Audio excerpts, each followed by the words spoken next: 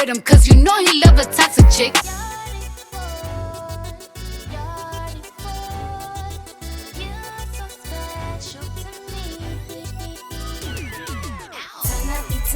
Turn up the ting, get you a yardie, boy like me.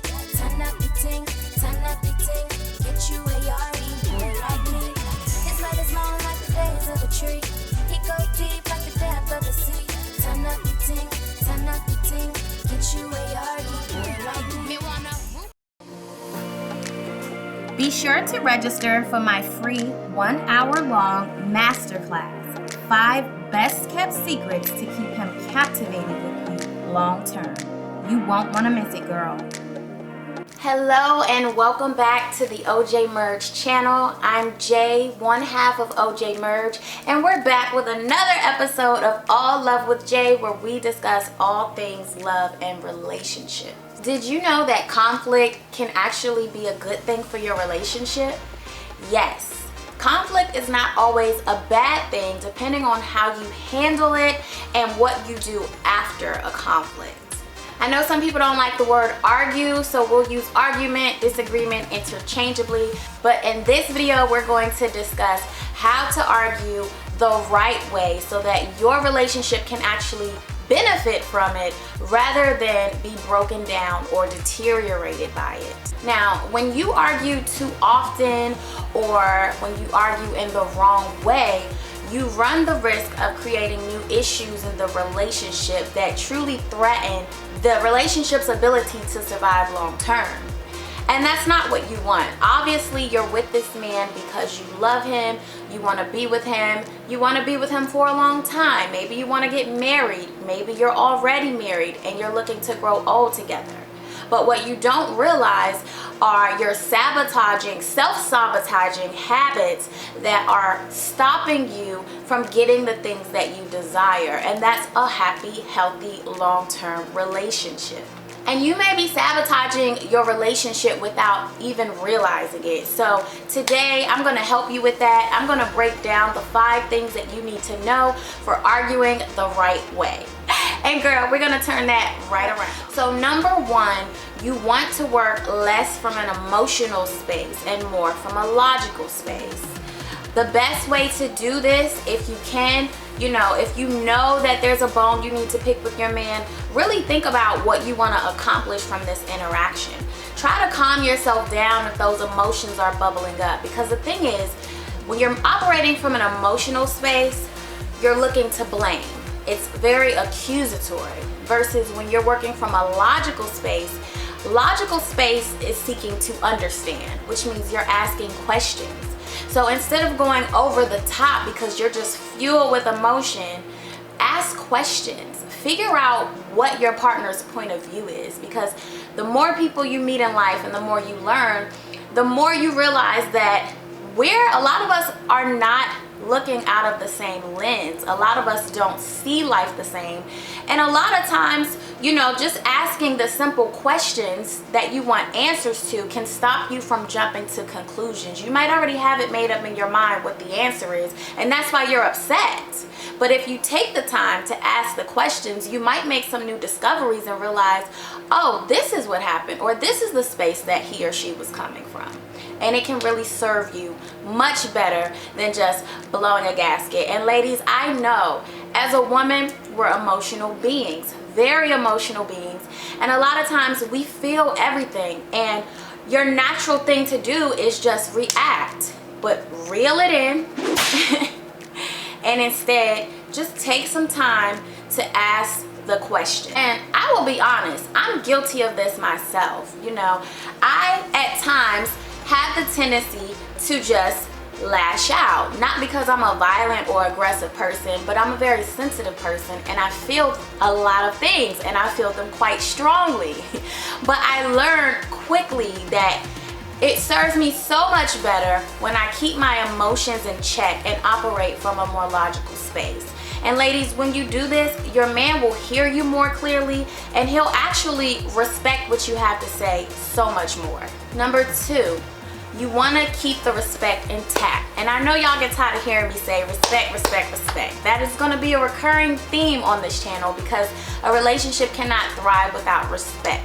And you should not throw that out the window the moment that you're in a disagreement or an argument. Respect is about being mindful of your words, your tone, and the physical contact that you're making with the other person. Just because you're having a disagreement or you don't see eye to eye with another person doesn't mean that she's a bitch, doesn't mean you need to talk about his mama. You know, these are sensitive areas. And the thing is, some things that we say cannot be taken back. A lot of things you can apologize for later, but always remember, some things really leave an imprint that just simply does not go away. So be careful of the words that you use when you're in a disagreement. Tone is another big one. If you can, watch your tone. Try to speak in a calm manner. Now I know that's not hard when you're having a conflict with someone, but tone matters because things can quickly escalate when a person is yelling at you, screaming at you, and another person feels attacked. And I shouldn't have to say this, but keep your hands to yourself, ladies. Listen. Keep your hands to yourself, okay? Not every man is taught that they're not supposed to hit a woman, and not every man can control his reflexes. I do not condone abuse, I do not condone violence, but I need my ladies to hear this. If you cannot take a punch, please keep your hands to yourself. I remember when I was about 15, I worked at this pizza place. And you know, we're all roughly teenagers, somewhere between the age of 14 and 19. And it was this guy, his name was Mustafa. He was about 18 years old. He had muscles, you know, a little muscular dude. And I remember us getting into it and me just feeling the need to tell him that I would slap him. And then basically he dared me to slap him. He was like, well, slap me then, slap me then. And I slapped this man. And guess what? This man slapped me back. So I'm not saying that a man should ever put his hands on a woman. It's never okay. But ladies, you have to be responsible and accountable for your actions first. Do not put your hands on your man. Number 3, use I feel statements instead of you statements. First of all, when you use the statement I feel, you're somewhat putting it back on yourself, and that's not taking blame, but it's taking the context from an accusatory tone to a discussion. So instead of saying, you always do this to me, you can say, when you do this, I feel blank. When you do blank, I feel blank. There are certain language that men are more receptive to than others. And I feel statements helps a man to see things from your point of view rather than feeling like you are attacking him. Number 4, use accountability. Accountability can be a great diffuser during a conflict. And I want to be clear, being accountable is not the same thing as taking blame, but it is taking part in the responsibility to solve an issue. For example, if you have a man that's just completely disrespectful, you could say, you know what, you are so disrespectful and I'm just tired of this. Or you can say, I realize that I gave you the impression that you could disrespect me. How can we move forward so that this does not happen again? Now that's an example, ladies. I'm not telling you to be with a man who has no respect for you. But this can be a very powerful tool during a conflict. Just using accountability as that diffuser. And this may not work perfectly. You may be with someone where when you use accountability, they flip it on you and basically say, yeah, I know, and you wrong for that, and this, that, and the third, right? However, using accountability as a tool can oftentimes be the path to you leading by example. You treat people how to treat you, and one way of doing that is through how you treat them. So if a person sees, you know what, I see that I made Joanne feel this way, but she also took accountability in a way. In return, you might get some accountability on that person's part as well. And number 5, and this applies more to the post-conflict or post-disagreement or post-argument stage rather than in the actual heat of the moment. But after a conflict, leverage the fact that you all have now cooled off. Nobody's in an emotional state. Nobody's in a defensive state. And now you two can clearly discuss what the conflict was about, how it felt, and what you took away from it, how you plan to operate differently moving forward. I understand that you did this because of this, and I understand that that made you feel this way, but at the same time, I felt this way. Okay, great. Thank you for sharing that. Now, how can we use this as a tool to strengthen the relationship and operate differently in the future? It's a very powerful tool, and it's much better than just sweeping things under the rug, which a lot of people do. A lot of people have arguments, and then the next day they act like nothing ever happened. They move on with their day. Maybe they have some good makeup sex, whatever the case may be. But sweeping things under the rug is very damaging to a relationship, because all it does is lets these things build up and ultimately builds resentment within the relationship.